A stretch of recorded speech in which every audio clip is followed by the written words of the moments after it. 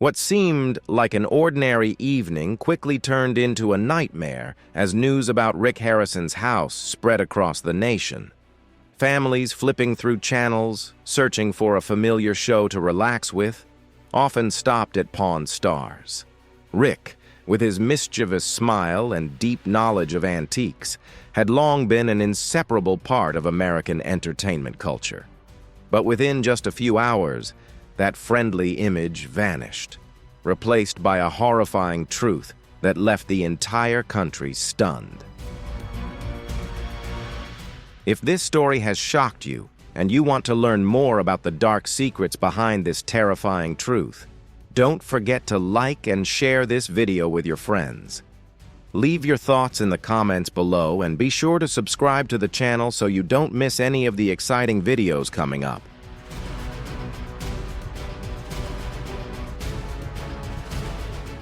It all started with a mysterious social media post, a hastily taken photo of old wooden crates, stained with strange marks, sealed with cryptic symbols. The post was quickly deleted, but the internet never forgets. Screenshots spread like wildfire, accompanied by a shaky video from a man claiming to be a witness. His voice faltered as he recounted what he found in a storage unit in Las Vegas. A foul stench, bizarre jewelry, wigs, and something far more terrifying.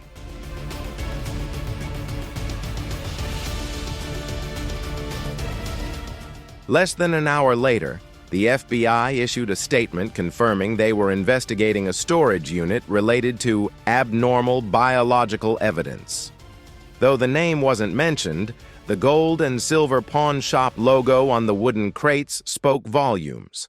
By midnight, news outlets across the country were reporting on Rick Harrison, no longer the beloved TV star, but the center of a federal investigation. Terms like body preservation and creepy collection surfaced, sounding like a horror movie script. But DNA evidence and statements from investigators confirmed this was real.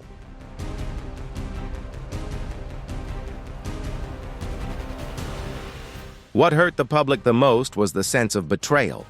Rick Harrison had spent over a decade building the image of a trustworthy man, passionate about history, living for his family and his shop. The pawn shop in Las Vegas wasn't just a store, it was a symbol of the American dream, where tourists lined up for photos under the scorching sun. Yet that morning, when the FBI raided Rick's house, that image shattered. The roar of helicopters, the media vans filling the streets, and the bewildered stares of neighbors marked the end of a legend.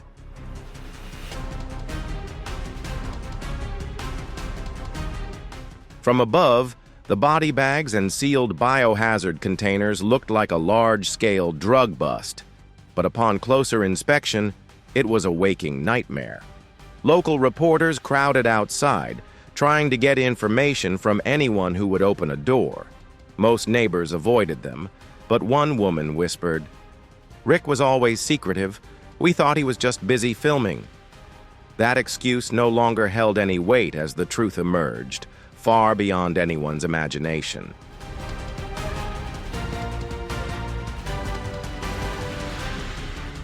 FBI agents discovered not only the bodies, but an entire system built to cover up the crimes. A hidden room, concealed behind a sliding bookshelf, was filled with refrigerators labeled with names, years, and strange phrases. Inside were cosmetics, makeup, and bodies prepared as display items. A wall lined with photo albums, each meticulously documenting biographies, the outfits the deceased wore, and items Rick kept as souvenirs. The chilling coldness of it all sent shivers down even the most seasoned investigators' spines.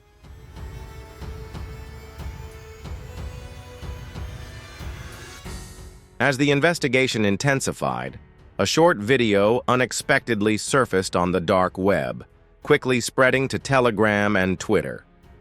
Though it lasted less than a minute, the shaky footage revealed something unimaginable. Rick Harrison standing in front of a glass case, inside which was the body of a woman with heavy makeup, a red wig, and a golden gown reminiscent of a red carpet appearance. Rick smiled, adjusting the hair of the corpse, whispering something inaudible.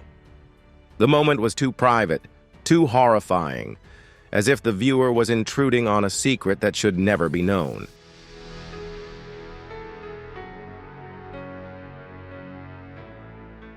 The video quickly spread across the globe from New York to Tokyo, sparking a social media frenzy. Some suspected it was an AI creation, but experts confirmed its authenticity. The room matched the blueprints of Rick's house, and the face aligned with facial recognition data. Even more chilling, the body in the video was identified as Stephanie Grant, a model who had gone missing 3 years ago after a red carpet event.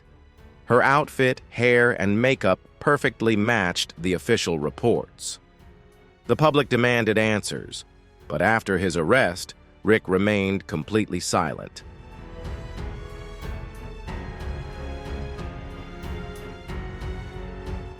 Rick Harrison remained adamant in his silence. No explanations, no apologies. His legal team insisted he was innocent, claiming it was a conspiracy to ruin the reputation of a symbol. They argued that Rick had been set up, but these defenses were quickly shattered by a slew of undeniable evidence. Fingerprints on the containers, handwriting in the albums, all matched Rick's, from memorabilia of the show to signatures in books. The truth was slowly suffocating every excuse.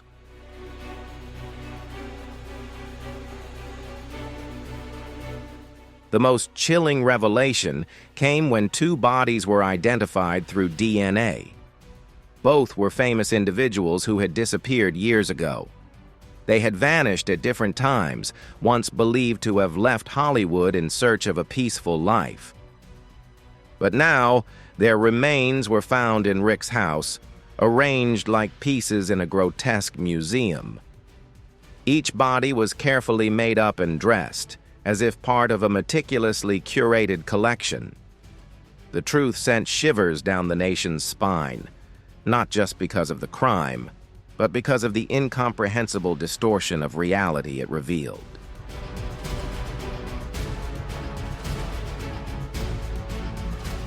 News outlets were thrown into confusion.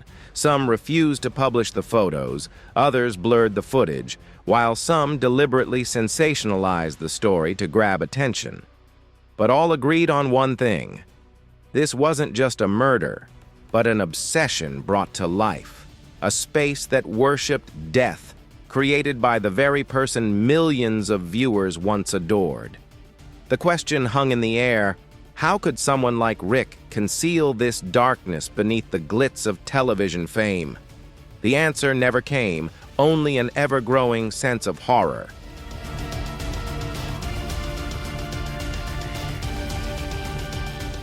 The domino effect was instant. Pawn Stars was removed from every streaming platform. The gold and silver pawn shop, once bustling with tourists, was now eerily empty. Sponsors severed all ties, and Rick's former colleagues could only speak in stunned disbelief. "We had no idea," one said, his voice faltering. "This man is not the one we knew." In one night, the empire Rick had built crumbled, leaving an indelible stain on the public's conscience.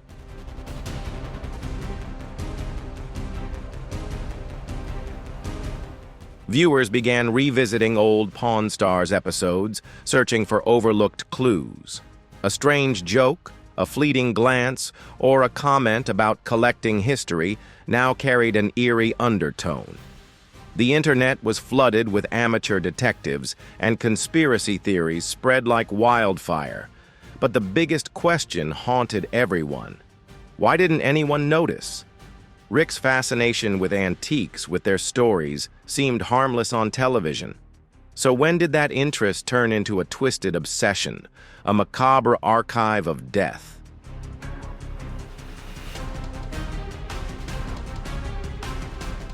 This story goes beyond just a crime. It's a journey into the darkness, starting with a storage unit in Las Vegas, where the first secret was revealed. We will meet Darren Lockhart, the man who accidentally opened Pandora's box. We will step through the FBI raid, uncover the hidden room with bizarre trophies, and face the chilling footage capturing Rick's actions. Moreover, we'll dive into the psychology behind the crime, questioning whether there's an underground network and confronting the harsh reality that fame can hide the most horrifying truths.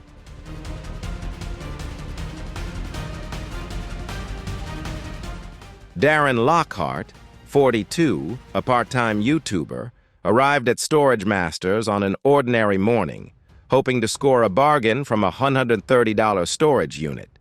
With a camera strapped to his chest, he expected a few old items, perhaps an armchair or some outdated electronics. But when the storage door lifted, the overwhelming stench left him frozen in shock. 3 large wooden crates sat in the corner, labeled RH Real Estate.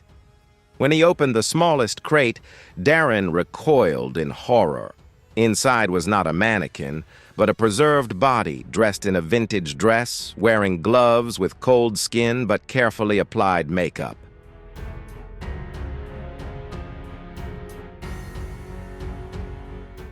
Darren immediately called the police, too terrified to look further. His camera, still running, inadvertently recorded the entire scene.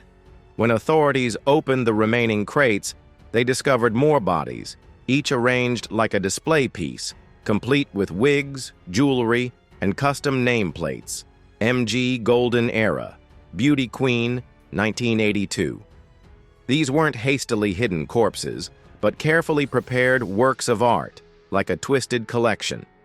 The FBI quickly sealed off the scene, and the investigation expanded, leading to the downfall of one of America's most beloved stars.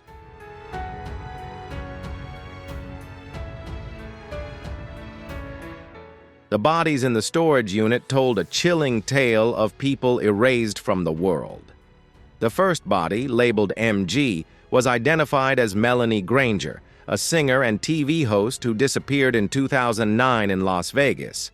Her case had gone cold until DNA confirmed the body had been preserved using makeshift embalming techniques, as if the killer had experimented through multiple attempts. The second body was Patricia Patty Kellerman, a beauty queen from the 80s who vanished after a charity event.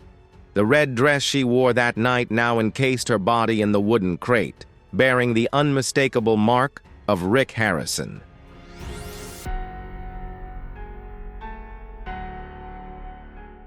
Beneath the wooden crates, the FBI discovered a worn, tattered file meticulously organized. Inside were detailed notes, dates, photographs, biographies of the victims, from their last appearance to the clothes they wore when they died. Some notes dated back to 1999, with the word Rick scrawled in the margins, marking the hand of the person behind it all. Each entry was a story, not just of death, but of the twisted pride of the writer. The victim list was long, with at least 4 more suspected, including entertainment stars and lesser-known names.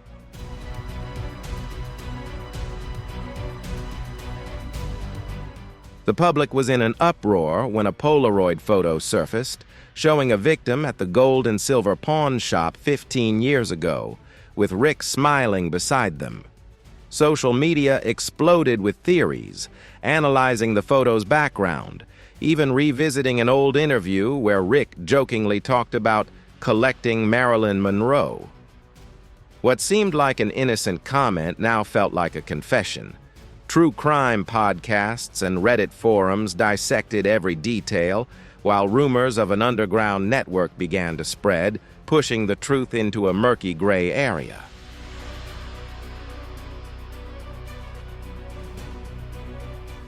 Darren Lockhart, the man who opened the first crate, never imagined that his actions would change his life forever. After the horrifying discovery, he vanished from social media and his YouTube channel was deactivated. His final post was brief. "I didn't want this. I wish I had never opened it." Neighbors reported he had left, carrying with him an unspoken fear. The FBI traced the storage unit, discovering it had been rented through a shady company linked to Rick, with payment ceasing 4 months ago, a sign he may have suspected something. For Darren, the treasure he sought turned out to be a curse, pulling the entire nation into a nightmare.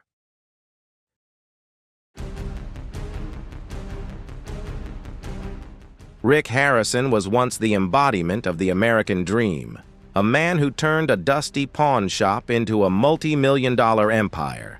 With his sharp negotiating skills and eccentric style, he captivated audiences through Pawn Stars, becoming a beloved reality TV star. But the horrifying discoveries in the storage unit tore through the veil of his fame, forcing the nation to reassess Rick's success story. To understand this betrayal, we must go back to where it all began, a journey from a young boy fascinated by history to a man hiding a dark secret.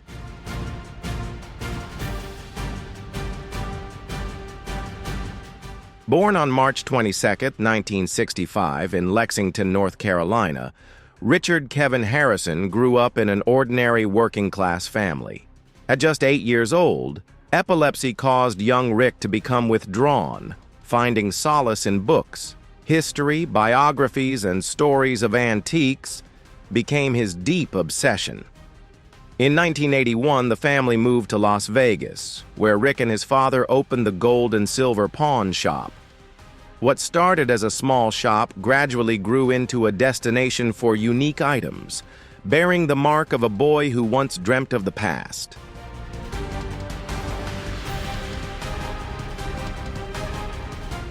In 2009, Pawn Stars premiered on the History Channel, bringing the pawn shop and Rick to millions of viewers. The show was magic, items with stories, humorous debates, and Rick, the straightforward man with the familiar question, "What do you want to do with it?" His authenticity won over the audience. Over more than 20 seasons, Pawn Stars became a phenomenon, turning Rick into a global star. His memoir, License to Pawn, hit the shelves, tourists flocked to the pawn shop, and Rick appeared on major talk shows. But behind the spotlight, a part of him remained hidden in the darkness.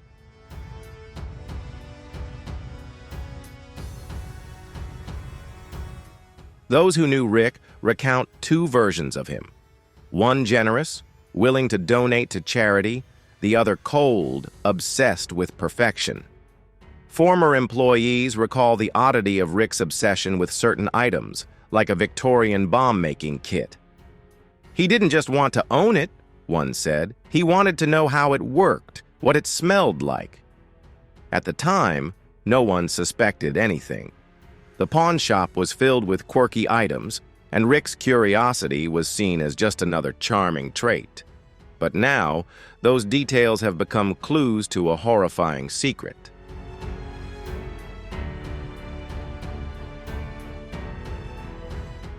Rick Harrison was once seen as a lover of history, fascinated by items that told tales of the past. But now, those interests have taken on a chilling hue. In the back room of the gold and silver pawn shop, Rick kept items never shown on air: funeral masks, framed obituaries with scribbled notes, and old fake antiques. He called them history, but his private space, only accessible to him, is now suspected to be where his obsession with death was nurtured. In a 2014 interview, Rick laughed as he said, "Everything, even the dead, has a story." At the time, no one suspected. Now it's a chilling clue.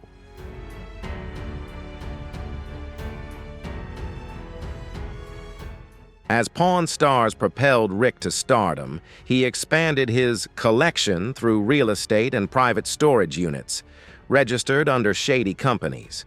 Investigators uncovered a storage unit full of preserved body parts, wrapped in silk or displayed in boxes, bearing Rick's initials and barcodes matching the pawn shop's system. His fame was the perfect facade.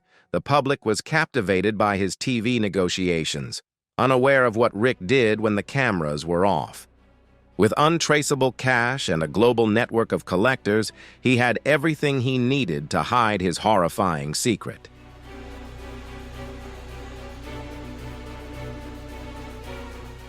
Some investigators believe Rick's obsession began long before he became famous. A former classmate recalled the teenage Rick, fascinated by books on Egyptian mummification, once asking a teacher if he could buy an actual mummy.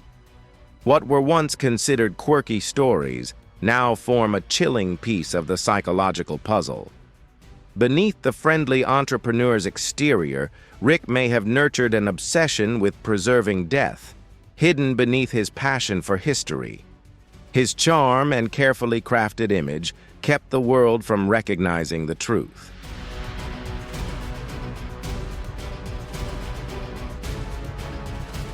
The night before the raid, FBI agents held a secret meeting in Las Vegas, reviewing irrefutable evidence. DNA from the bodies matched missing persons reports, surveillance photos confirmed Rick's connection to the storage unit, and a file beneath the wooden crates bore his fingerprints. Everything pointed to Rick Harrison. The arrest warrant was signed at 3:42 a.m.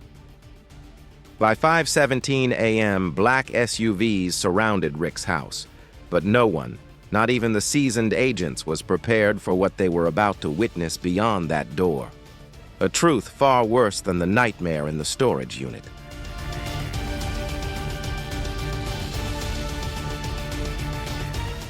The unmarked black SUVs silently rolled into Rick Harrison's secluded neighborhood, where the homes were fortresses, with high walls, private security, and absolute privacy. Rick's mansion sat at the end of the street, hidden behind lush hedges and frosted windows. From the outside, it looked like the home of a successful star. But when the FBI broke down the door, they found a frantic Rick, half-dressed, mumbling, "What's going on?" That innocence fooled no one. The agents were ready to uncover the secrets hidden within his home.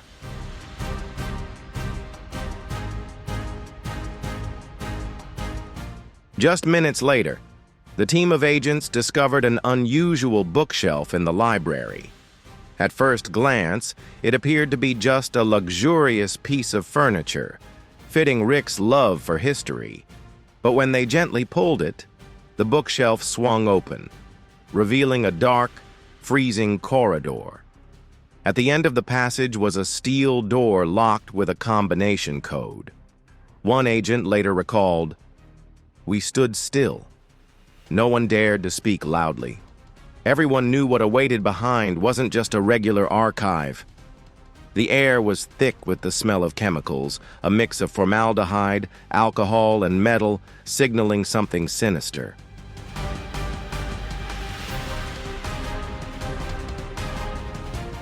The door opened to reveal a temperature-controlled room with refrigerated units lining the walls, resembling a morgue.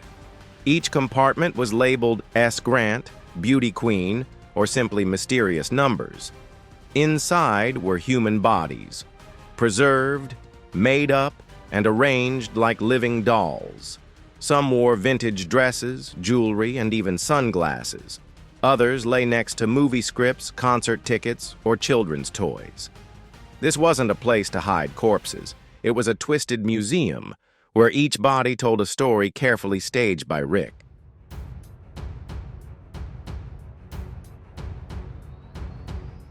In the center of the room were display cases containing pieces of the body. A hand adorned with a diamond ring, a pair of legs posed as if sitting, a torso with tattoos matching a missing persons report from Los Angeles. The photo albums on the shelves documented the horrifying journey. Polaroids of the bodies through each stage of preservation, from decomposition to completion. Some were posed with candles and props, with handwritten notes like, "At last, she's silent." Each detail served as evidence of a mind obsessed with controlling death, leaving the agents speechless in the face of the scale of the crime.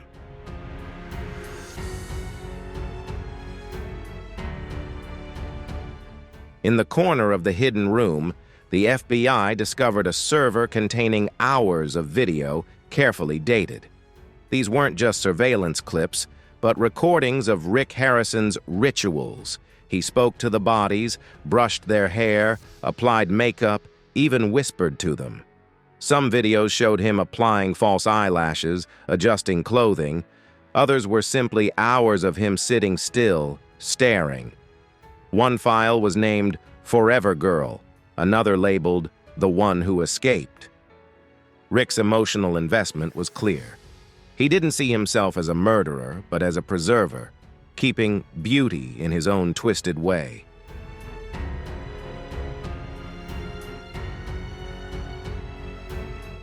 Hidden behind a fabric curtain in another hallway, the agents entered Rick's workshop, a room filled with scalpels, syringes, wigs, glass eyes, and prosthetic limbs. Shelves were stacked with human body diagrams and equipment ranging from antique to modern, some homemade. An old TV replayed funeral scenes, news reports about missing persons, and red carpet events. The walls were covered in posters, clipped articles, and detailed drawings. One sketch of a woman holding a rose with the caption, "Perfect just like her." Another detailing the placement of jewelry and perfume on a body. Each detail was evidence of a mind driven to madness by obsession.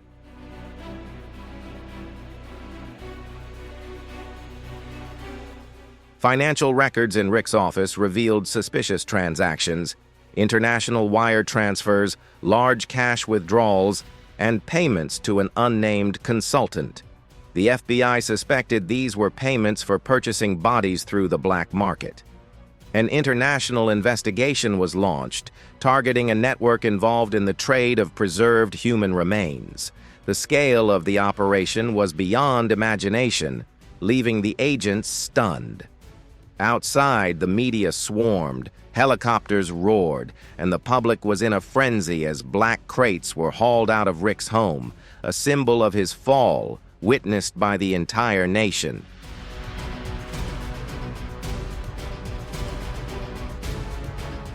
When the FBI left the house late that night, they took with them 17 bodies, dozens of body parts, and thousands of digital files. Rick was held in federal prison, maintaining complete silence. The bodies were transported to the FBI lab in Quantico, where the process of identifying them began.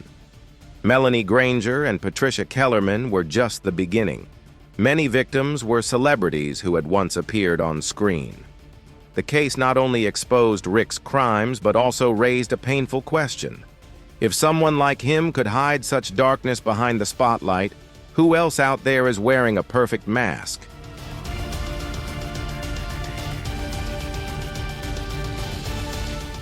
"10 days after the raid, a discovery shocked the nation. DNA from one of the bodies matched that of a child actress who went missing in 1997, a tragedy that had captured media attention. Her search spanned years, with countless theories and documentaries, but no one ever imagined she had been preserved by Rick Harrison as a collectible. Her body, carefully tended to, was found in a refrigerated unit labeled JR.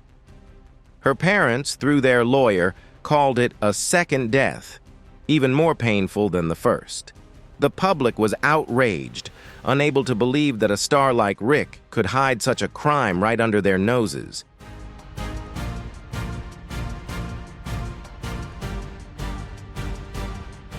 Nine bodies had been identified, each one a piece of the entertainment history puzzle. Singers, actors, dancers, even reality TV contestants.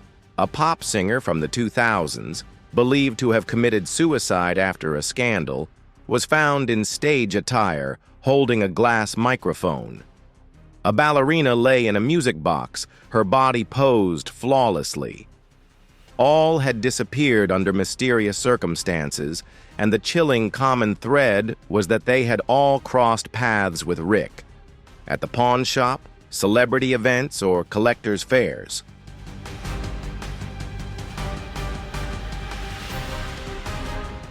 The FBI is revisiting decades of Rick's activities, from meetings and auctions to seminars spanning 1999 to 2023. In numerous videos, victims appear, smiling alongside Rick, signing autographs or chatting. A 2011 clip from Los Angeles captures Rick animatedly talking with an up-and-coming actress, who vanished weeks later. Her body was later found in his home, posed like a ballerina in a music box, playing a classical tune. Moments once thought harmless are now evidence of a long-term scheme, concealed by his charismatic facade. Rick's Hollywood collection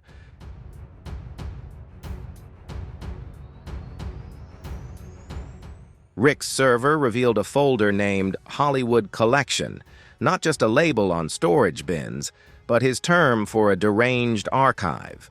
Inside was a detailed spreadsheet, victims' names, descriptions like golden smile or flawless skin, and chilling notes such as right eye replaced or hair reconditioned. Each entry listed an acquisition date, as if they were collectibles, not people. This record isn't just evidence of crimes. It's a portrait of a mind obsessed with control and permanent possession. The sick language of collections.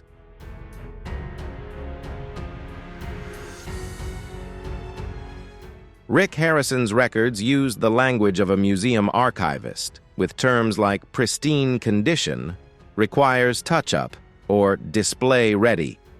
Agents and psychologists were horrified by this warped logic, as if Rick viewed bodies as art pieces. A glossy printed catalog titled Preservation Series Volume 1 Varen underscored his obsession. 8 victims photographed, paired with gallery-style bios like Born to Captivate, Now Preserved Forever.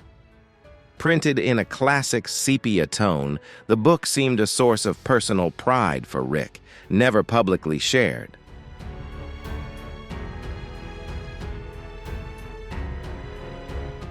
The FBI uncovered encrypted exchanges between Rick's server and multiple foreign IP addresses, containing videos inventorying bodies and references to potential buyers.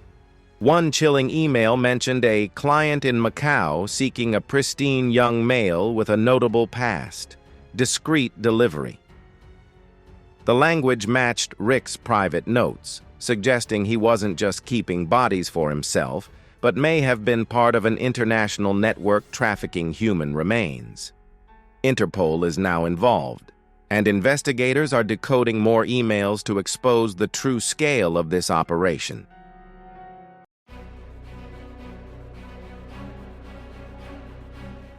Dr. Lena Marovich, a criminal analyst, describes Rick as unlike the typical serial killer. This is a combination of objectophilia, necrophilia, and narcissistic delusion, she said. Rick didn't just want to kill. He wanted to possess, to freeze time, and turn death into something he could control.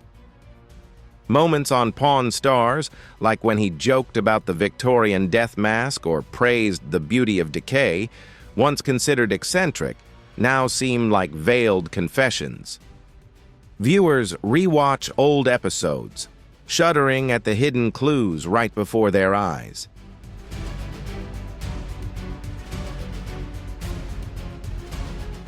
The FBI fears that many victims have yet to be discovered.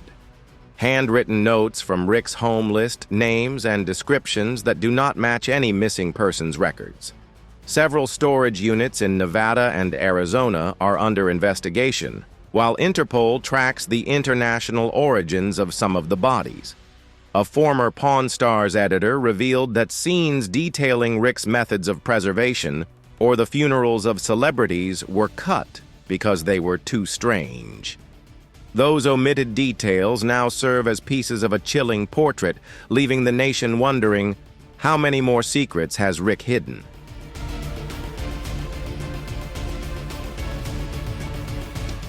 The families of the victims are drowning in pain and outrage.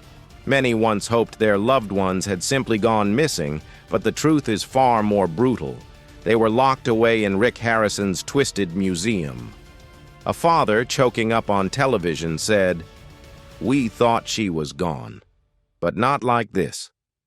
Not trapped in a glass box like an exhibit." The haunting question that plagues the nation: why did Rick choose them? Was it because he targeted celebrities for their immortality, or simply because he knew he could hide his crimes forever?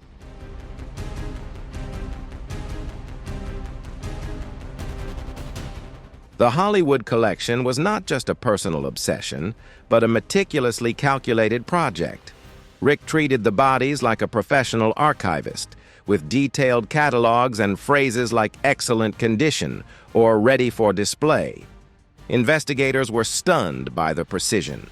Each victim was selected, preserved, and presented according to a twisted aesthetic. Did Rick have a specific criterion? Was he captivated by their fame, or was he simply driven by the desire to possess what the world once admired? The answer remains shrouded in darkness.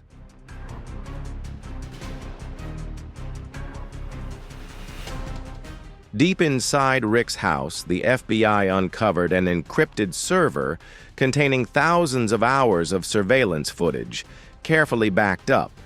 Upon accessing it, they found not just security footage, but a collection of horror films. Folders labeled by year, 2011, 2014, 2017, contained videos of bodies in various stages, from the moment of death to their completion.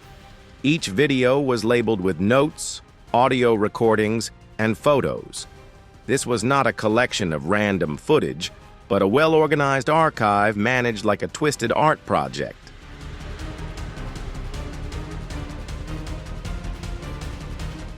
The videos were filmed in a specially designed room. White walls, wooden floors, integrated lighting, and cameras gliding smoothly on tracks. At the center stood a chair, where the bodies were placed like lead actors.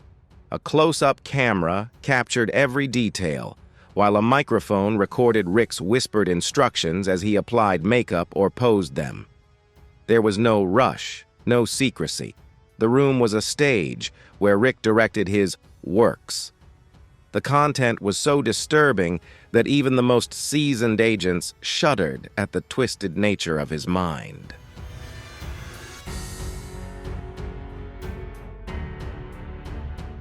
It's undeniable that Rick created his own private studio not for interviews or hosting guests, but to record his interactions with the dead. In this space, every shot was meticulously planned, like a true theatrical performance, where Rick displayed an unsettling attention to detail in every aspect.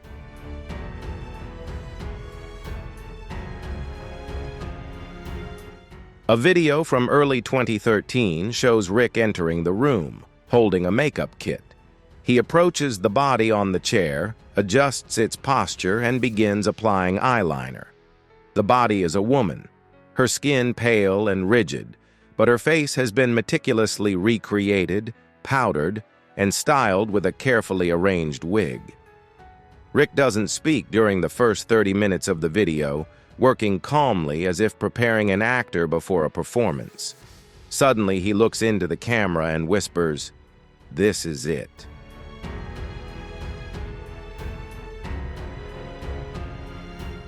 The next video, filmed in 2016, shows Rick entering the room with a classic wedding dress. He speaks to the body, which has been placed in a standing frame, its arms supported by internal braces. "You always loved this," he says. "I kept it safe for you." Rick then spends over an hour dressing the body, occasionally humming a melody that the agents later recognized as a 1950s love song.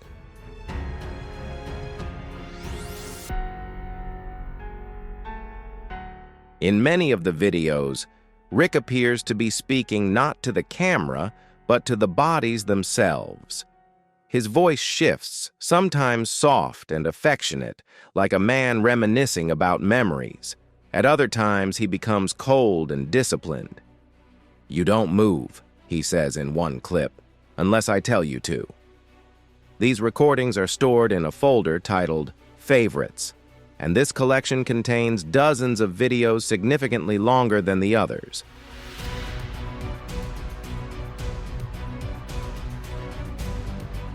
In a nearly 3-hour video, the camera is positioned slightly higher than usual, with the body placed directly in front of the lens. Rick sits across from the camera, takes a sip of wine, and chats as if speaking to an old friend. "You're still here. You'll always be here," he says, continuing to describe in detail the struggles of perfecting the appearance of the body. He talks about trips across states, experimenting with different chemicals to ensure the skin doesn't collapse. "I can't let you rot," he adds. "You mean too much to me."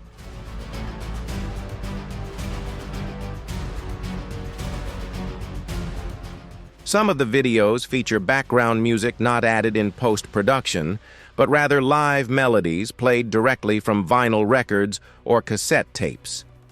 Romantic 1950s songs, swing music, jazz, and slow piano pieces set a distinct mood in these videos. Investigators believe the music is not random but holds deep significance for Rick or the victim.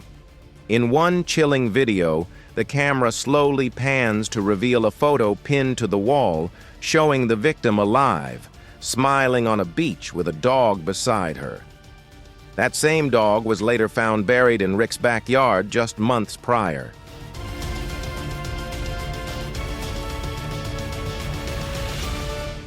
Another file contains a detailed preparation session, where Rick is seen cleaning the body, trimming nails, brushing teeth, and even applying moisturizer.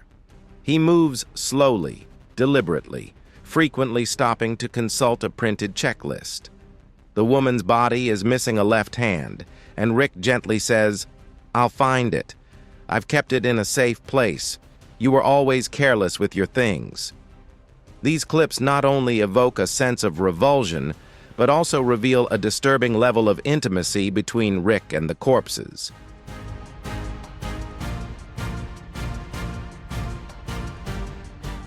Rick's obsession wasn't just with the corpses, but with the ritual of control. A criminologist described his videos as preservation rituals akin to those of a high priest, like the embalming of relics.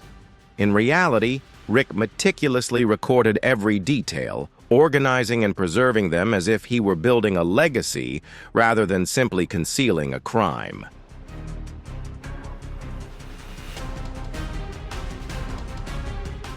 The FBI has refused to release any footage to the public due to ethical concerns. However, this didn't stop part of the video from being leaked. The first leak appeared on a private website on the dark web. The video, just under 40 seconds long, was silent and grainy. But it showed Rick combing the hair of a corpse while mumbling indistinctly. The video had no context or labels, but internet detectives quickly linked it to footage confirmed by investigators. Within hours, the video went viral, appearing on Reddit, Twitter, and eventually making its way to the evening news.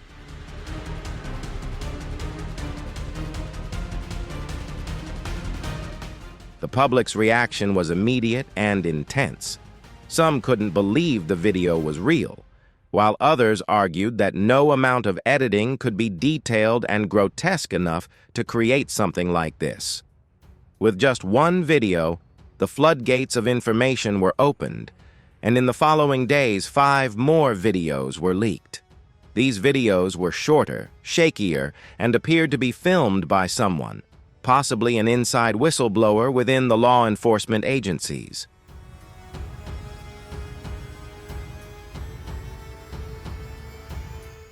Although no videos were leaked showing nudity or dismemberment, these videos revealed crucial details about Rick's facial expressions, his distance from the corpses, and his voice.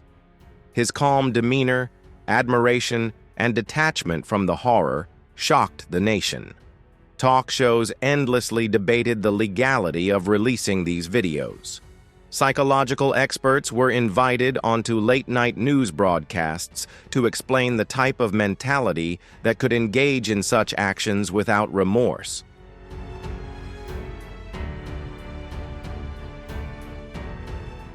Celebrities who had appeared on Pawn Stars made outraged statements. Viewers publicly burned their Pawn Stars memorabilia, expressing their fury. Sponsors withdrew from the show, and the History Channel officially severed all ties, removing every episode of the show from streaming platforms.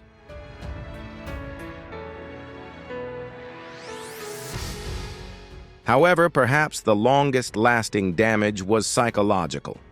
Those who had trusted Rick, who they once saw as a reality TV star, a friend invited into their homes, now had to confront the image of him smiling at corpses, dressing them and talking to them as if they were dolls. A former assistant director who worked on Pawn Stars during its 4th season spoke anonymously after the leak, revealing that Rick had once requested the crew to film a scene in the antique shop, a morgue. He was obsessed, the director said, not with the items but with the process. He kept asking what it felt like to touch the skin. People thought it was odd, but they let it slide. Now they wonder what else they may have overlooked.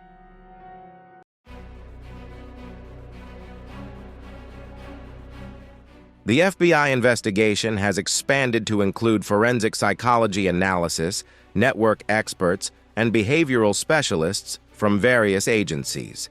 They are screening thousands of hours of footage with several terabytes of data, not only looking for evidence of crimes, but also to identify potential victims who may not have been discovered yet. A folder labeled "Concerning Unfinished" contains clips of unidentified individuals and their bodies.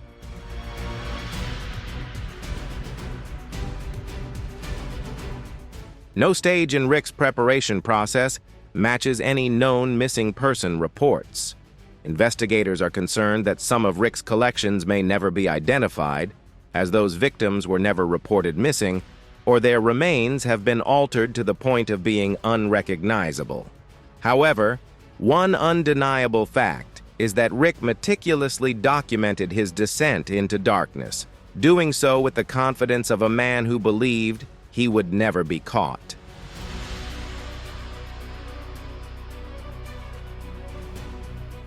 Rick viewed his victims not as humans, but as property, like elements in a personal exhibition, framed and preserved forever.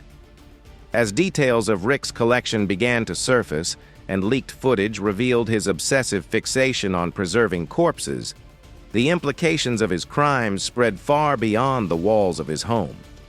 What was initially seen as a bizarre, isolated scandal quickly evolved into something darker. The FBI's forensic revelations not only shook the nation, but also forced cold case units in California, Nevada, and Arizona to reopen files that had remained dormant for years.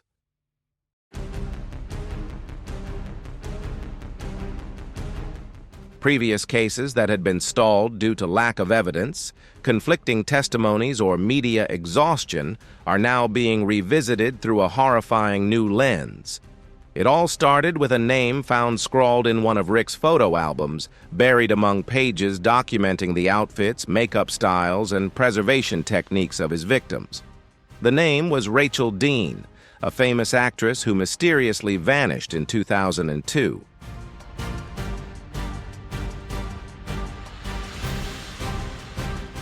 Rachel Dean disappeared after leaving a rap party to shoot a horror film in Los Angeles. She told her colleagues she would attend another party in North Vegas, but she never arrived.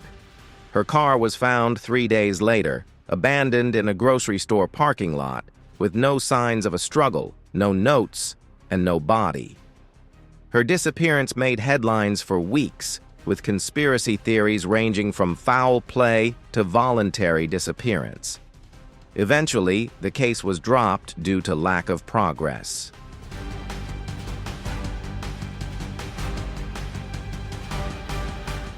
In Rick Harrison's estate, one of the cooling compartments was labeled with a note reading "Dean." The handwriting on the note matched Rick's own. Inside the compartment was a woman's body, preserved and wearing the same red sequin dress Rachel had been seen in the night she disappeared. and DNA test result confirmed within 48 hours that Rachel Dean had not disappeared. She had been captured and preserved.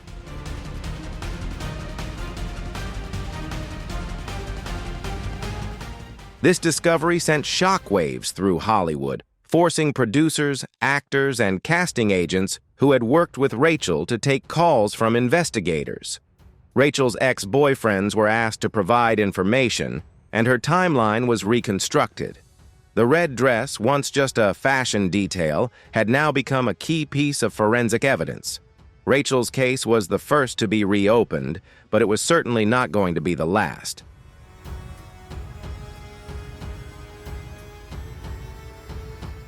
The Los Angeles Police Department has formed a temporary task force with the FBI to cross-check missing persons cases with Rick's known activities. Every conference he attended, every collectibles fair, every fan event is now being re-examined under a pattern that's starting to emerge. A crossover between unconfirmed victims and Rick's actions.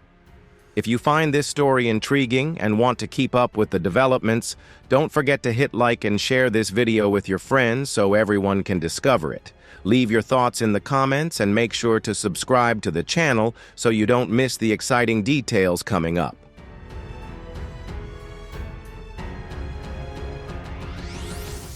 Amid Rick's travel schedule and the reported disappearances, there were not just random coincidences but also accusatory elements.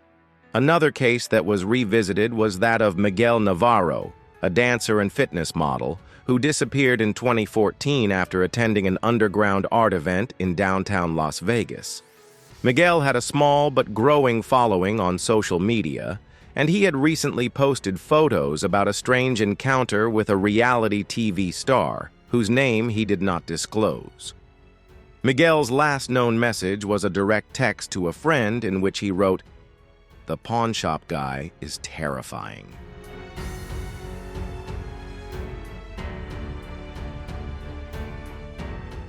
Investigators now believe that the person Miguel referenced in his message was Rick Harrison.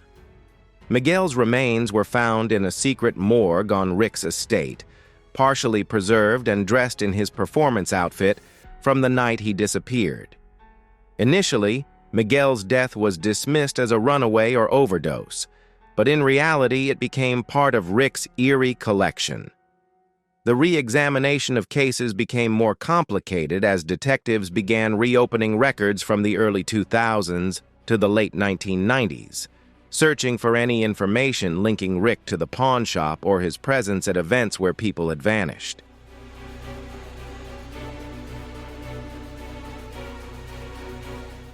The list of potential connections quickly grew. A child star from a canceled comedy in 1999, a makeup artist who disappeared on her way to a fan conference in 2005, and a model who sold a dress to gold and silver pawn shop in 2010, only to vanish 3 months later. Each name on this list became a key topic, and Rick Harrison was swiftly identified as a common denominator. Investigators not only relied on physical evidence, but also began pulling archived footage from Pawn Stars, digging through old customer logs, fan photos, and behind-the-scenes documents.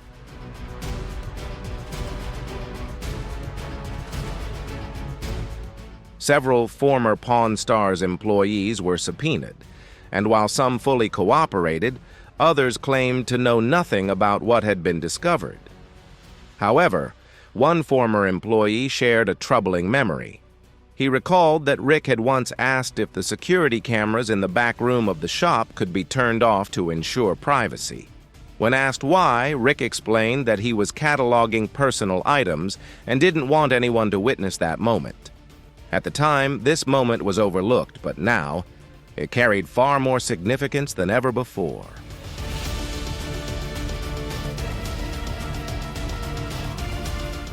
Several newly reopened cases revealed that the victims had either been in Rick's vicinity or had connections to the pawn shop. These details further clarified Rick's involvement in the disappearances, making the investigation even more tangled and unsettling.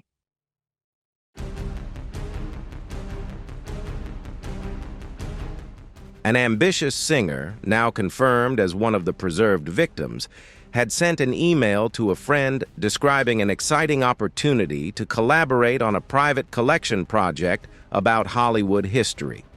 She mentioned Rick by name and said he was very interested in her appearance. This email was written just 3 days before she disappeared. Later, her body was found inside a display case in one of Rick's secret rooms, surrounded by vintage microphones and a photo of her headshot from the early days of her career.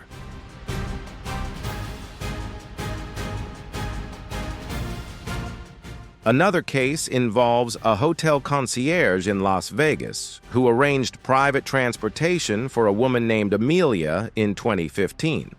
Amelia came to town for a modeling shoot, but she never arrived and was never seen again. The driver listed on the booking form was Rick Harrison. At the time, his celebrity status raised no suspicions, and it was assumed that she had left on her own. Today, her name is listed as one of the potential identities of an unidentified body found, partially preserved inside a wooden box in Rick's garage.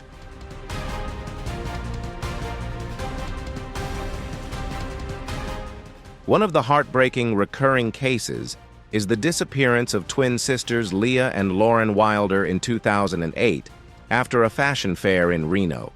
Their case drew nationwide attention for a brief period, but was later overshadowed by other high-profile disappearances. Family members stated that the girls were excited about a last-minute photography opportunity through a man they met at the event. This man, according to witnesses, was described as bald in his 40s and spoke as if he knew everything about antiques. When sketches of this man were compared to early images of Rick Harrison, the resemblance was undeniable. The girls were never seen again, and now 2 bodies have been found in Rick's house, each wearing identical vintage dresses and posing side by side.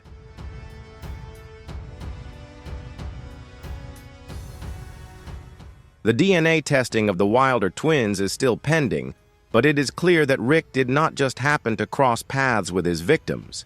He studied them, stalked them, and deliberately selected them. His collection was not just a gallery, but a route of manipulation, seduction, and ultimately, disappearance. Experts from the FBI's Behavioral Analysis Unit released a preliminary report stating that Rick's pattern fits that of a predator. He targets individuals with a certain appearance, often those in the public eye, such as celebrities, influencers, or ambitious actors. He starts by reaching out under the guise of professional interest, through interviews and assessing their cooperation. Then, he isolates them at the moment they vanish.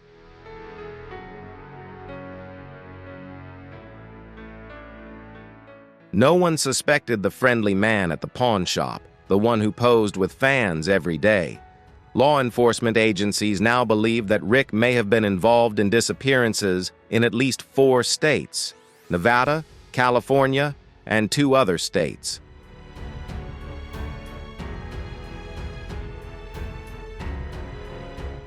Arizona and Utah are not the only places linked to the disappearances. Interpol has flagged 5 international cases that share similarities with Rick's methods, including 2 in Canada and 1 in Spain. Each case being reopened is cross-referenced with Rick's known travel history, credit card activity, digital footprints, and his private jet logs, an invaluable asset for tracking his movements. So far, his presence has been connected to at least 16 unsolved disappearances, all of which were unresolved prior to this.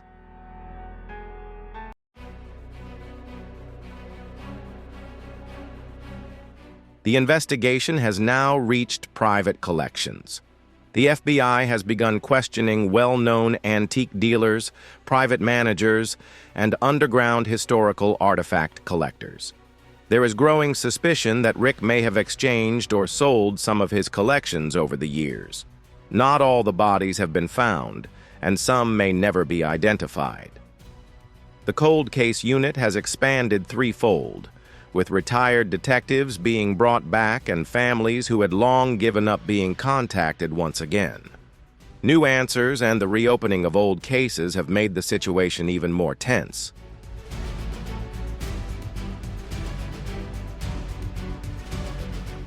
In a press conference, the mother of a former beauty pageant contestant broke down when shown a preserved wig recovered from Rick's home. "It's hers!" she cried. "It's my daughter's hair!" The ripple effect from this case is growing wider. Courts have started receiving petitions to reopen death certificates marked with undetermined causes. Lawsuits have been drafted, and the civil repercussions of Rick's crimes are expected to last for decades.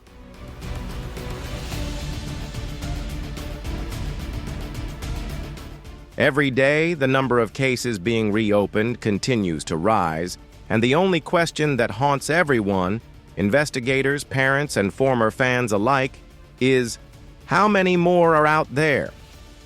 As the public absorbs the overwhelming evidence surrounding Rick Harrison's bizarre collection and his carefully orchestrated interactions with the deceased, a new term began to dominate headlines on social media and in academic discussions. Though the term is often sensationalized and reduced to topics in horror films or bizarre tabloid stories, necrophilia has actually been medically and psychologically recognized.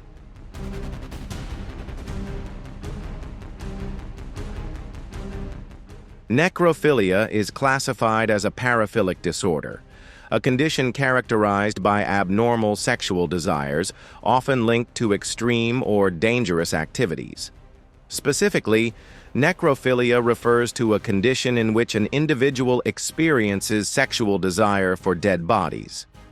In Rick Harrison's case, what astounds experts is not just the existence of preserved bodies in his home, but also the detail and dedication with which he preserved them.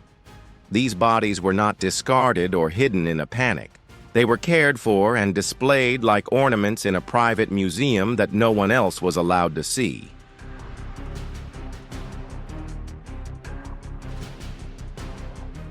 FBI behavioral analysts have reviewed the case and described Rick's behavior as belonging to a more complex category known as high-functioning necrophilia. In this subgroup, the perpetrator does not necessarily engage in public sexual acts with the corpse in the traditional sense, but instead demonstrates emotional, romantic, or possessive attachment to the deceased. These individuals often view the body not as something to be defiled, but as something to preserve in perfect, unchanging stillness. A version of love where the subject can never say no, never leave, and never age.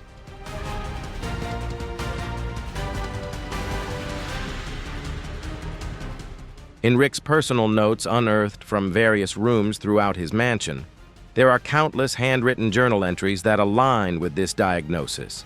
He wrote about immortality, frozen beauty, and eternal loyalty. One entry reads, "Living women are unpredictable, they change, they forget, but those preserved remember what I made them." Another, more chilling, says, "Death is only one."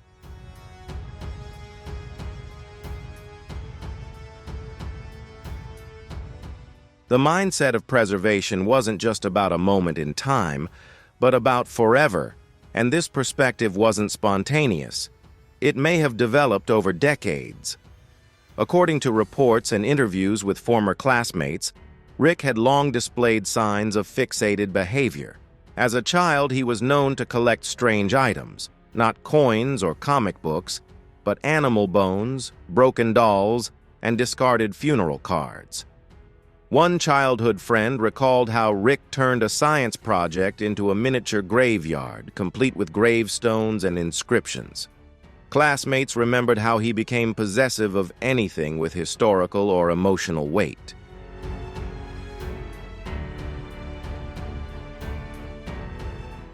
Another friend remembered that Rick once kept a shoebox under his bed filled with hair strands, some of his own, others from people he refused to explain. These early behaviors, though strange, were never considered dangerous at the time. However, in hindsight, forensic psychologists argue that they were early signs of developing paraphilia, especially when combined with Rick's growing obsession with fame, beauty, and classical aesthetics.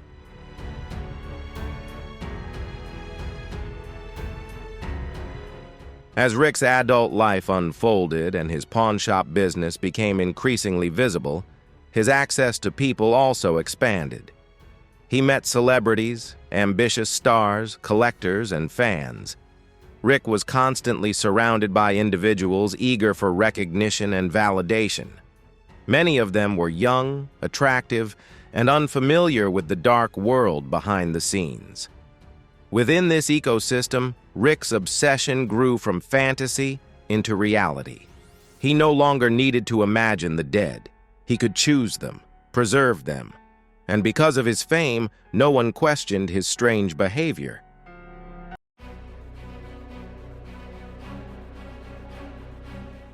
Experts say that for someone like Rick, the body is not just a body. It is a canvas, something to shape and control. This control is central to necrophilia. Necrophilia is not always about an attraction to death itself, but about what death brings: silence, submission, and eternity. For many, necrophilia serves a higher function, where the appeal lies in the absence of resistance, an illusion of intimacy without harm.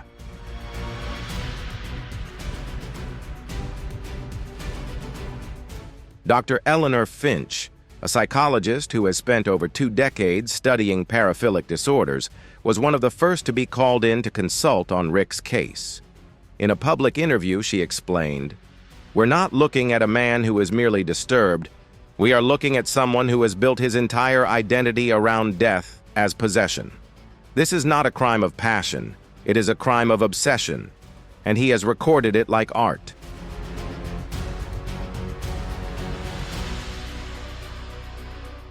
Dr. Finch compared Rick's rituals to those of Carl Tandler, a 1930s X-ray technician who became infamous for preserving the body of a young woman he claimed to love.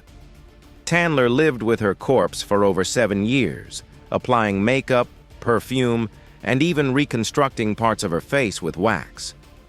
When Tandler's case was exposed, the public and experts were horrified by his dedication. And now Rick's case is being viewed through a similar lens.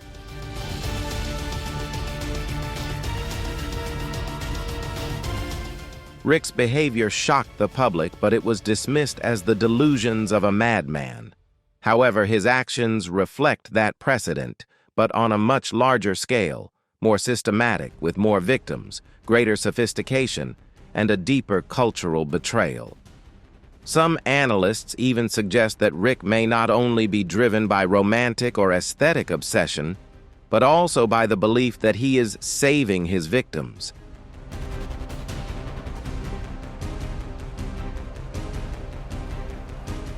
In notes found in his home, Rick wrote that he believed the world had wasted many women, the ones he collected.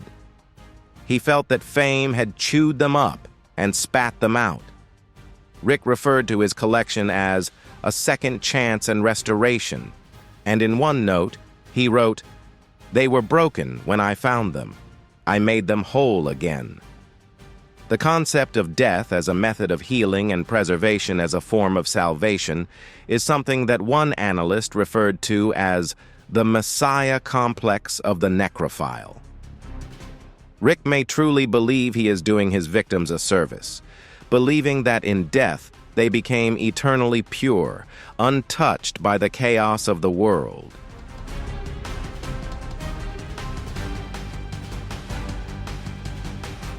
This is a delusion that allows Rick to act without remorse, fear, or guilt. His actions are not merely the result of obsession or depravity, but also a self-justification for his behavior, a blind belief in what he is doing. It creates a world of his own, where Rick not only controls the corpses, but also sees himself as a savior, bringing eternal salvation to those who have passed away.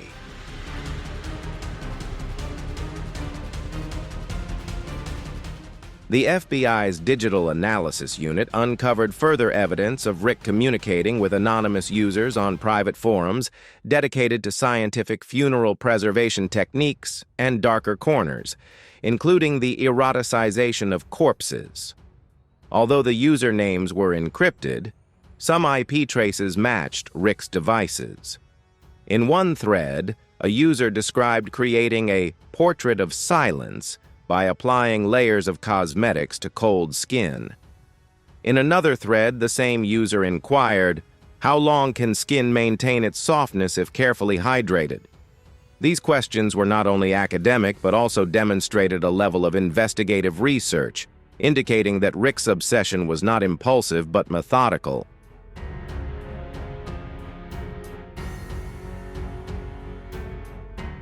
Rick studied it, meticulously preserved it, and most disturbingly, he shared it even if only with strangers, hidden behind screen names. His macabre world wasn't isolated but had a digital extension, forming a network where others could share or at least encourage his desires.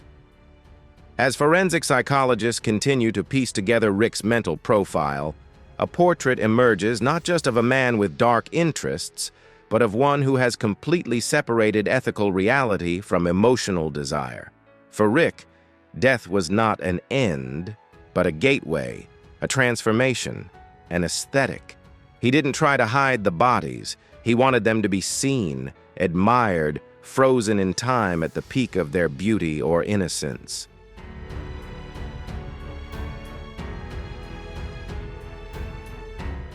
This mindset is what makes him particularly dangerous. The public's reaction to the necrophilia angle was predictable. Social media erupted with skepticism, horror, and disgust.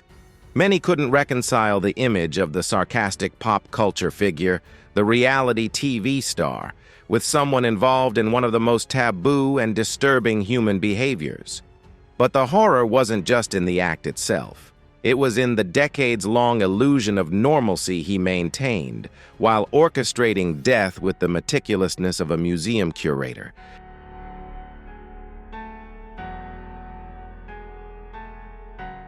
What Rick Harrison did was not just a crime, but psychological manipulation on a nationwide scale. He earned America's trust while conducting one of the most secretive and disturbing operations in modern history. This raises a chilling question for everyone witnessing it.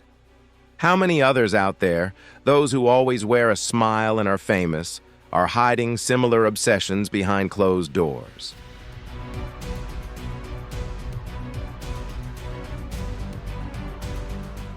As investigators continue to peel back the layers of Rick Harrison's double life, it becomes increasingly clear that the discoveries at his estate are not the product of a solitary obsession contained within the madness of one man. There are too many unanswered questions, too many missing pieces, both literally and figuratively. Rick's vast operation, his collection, and the technical precision of his detailed records, especially the existence of undetected victims, suggest something much larger than one man working alone. This realization has prompted federal agents to shift their approach.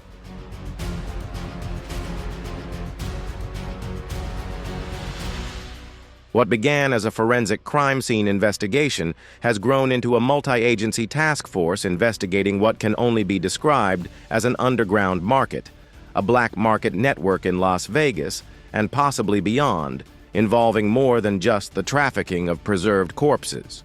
The remnants, cut and sculpted, the anatomical artifacts, all led to a single email found deep within the encrypted data stored on Rick's private server.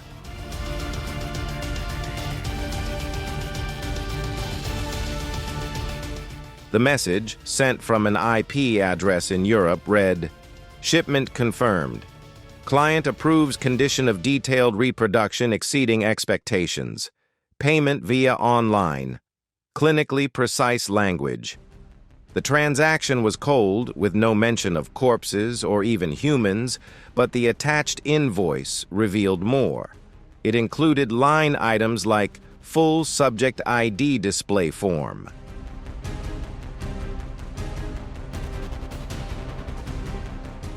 Terms like eyelid repair and custom collectible containers ominously echo the notes found next to the preserved bodies in Rick's home.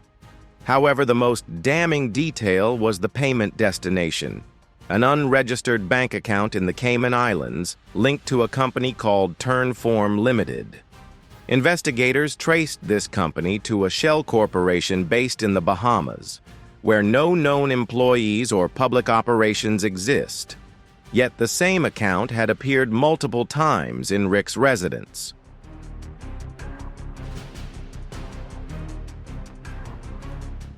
Rick's financial records were often found in vague entries labeled as consulting or personal shipping.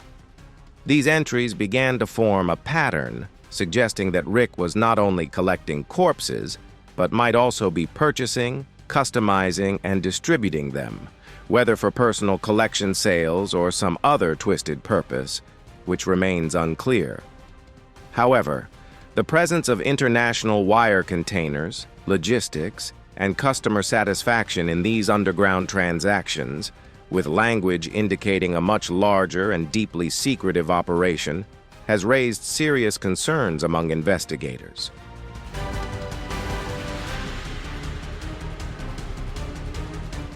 To explore this angle, the FBI partnered with Interpol and the Department of Homeland Security to examine any previous cases of preserved remains appearing in shipping channels or private collections.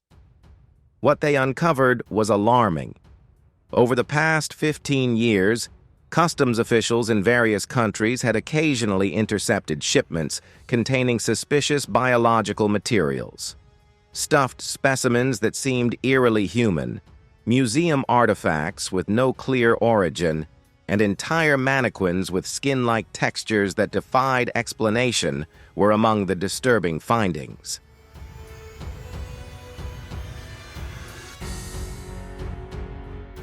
In most cases, these shipments were dismissed as oddities or violations of legal regulations. However, no criminal charges were filed, primarily due to loopholes in international shipping rules or a lack of current jurisdiction. These shipments are now being re-examined, with a focus on the potential involvement of Rick Harrison in these transactions.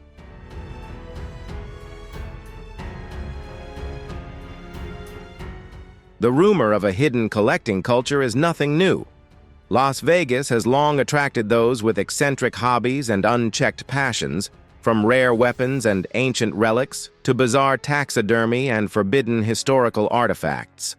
The black market has always been present, but people were still considered the boundary that no one would cross. However, in the back rooms of antique shops, whispered exchanges, private clubs, and encrypted lists on underground forums, that boundary has not only been crossed but normalized, hidden under the umbrella of the bizarre.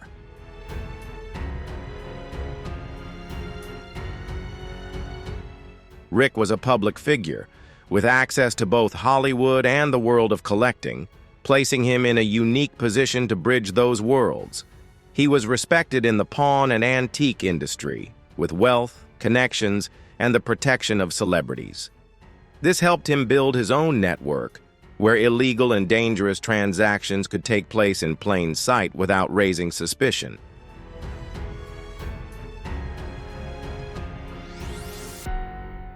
Rick used his fame as a shield, operating in the shadows and conducting transactions that would have raised suspicions if done by anyone else.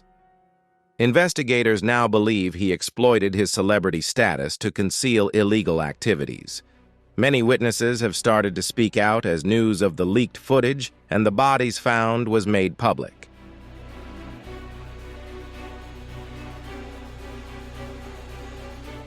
A former supplier at a Las Vegas collectibles fair claims he saw Rick in a private meeting with a European buyer handling what appeared to be a mannequin. However, it wasn't made of plastic. It had veins resembling human skin. The vendor said, "You could see the blue lines on the skin. I thought it was a medical mannequin, but it didn't look right." When he tried to ask more, he was told to leave the area. They paid me in cash to forget. I didn't see anything.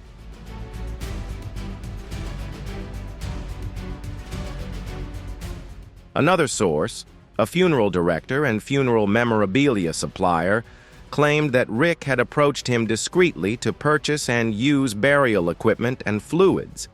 At the time, the funeral director assumed it was for private display or filming purposes. However, he later received a second request, this time involving an actual death, a certificate that could be reused. The man declined and never heard from Rick again. Now, with the full scope of the investigation revealed, he realizes what Rick may have been preparing for one of the most shocking confessions.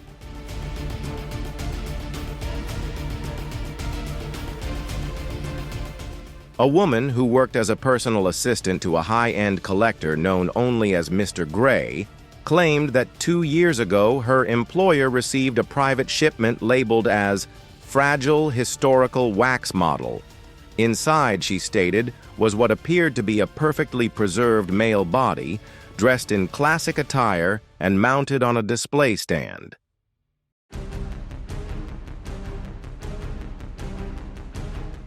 It came with gloves, a care guide, and a tag that simply read, Collection 001-RH.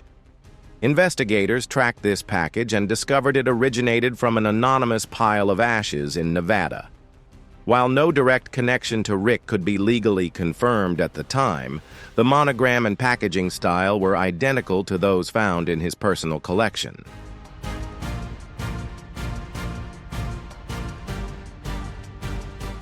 The assistant, now in protective custody, has agreed to testify if the case goes to trial. What law enforcement is facing is not only the idea that Rick was involved in body trafficking, but also the buyers willing to pay exorbitant amounts to acquire preserved remains, posed and styled as if they were collectibles. This isn't just murder. It's the transformation of the dead into commodities, a distorted blend of aesthetic control and market exploitation, turning the dead into luxury assets.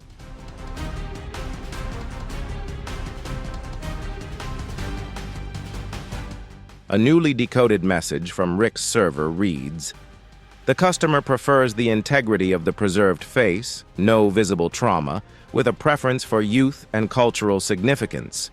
Delivery."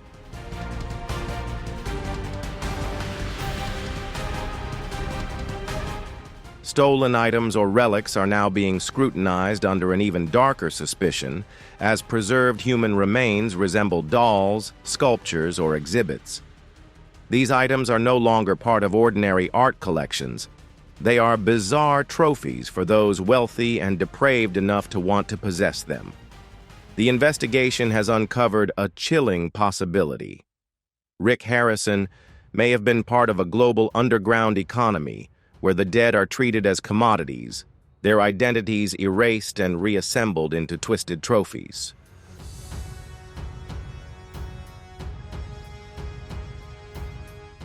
The question now haunting authorities is simple yet profound.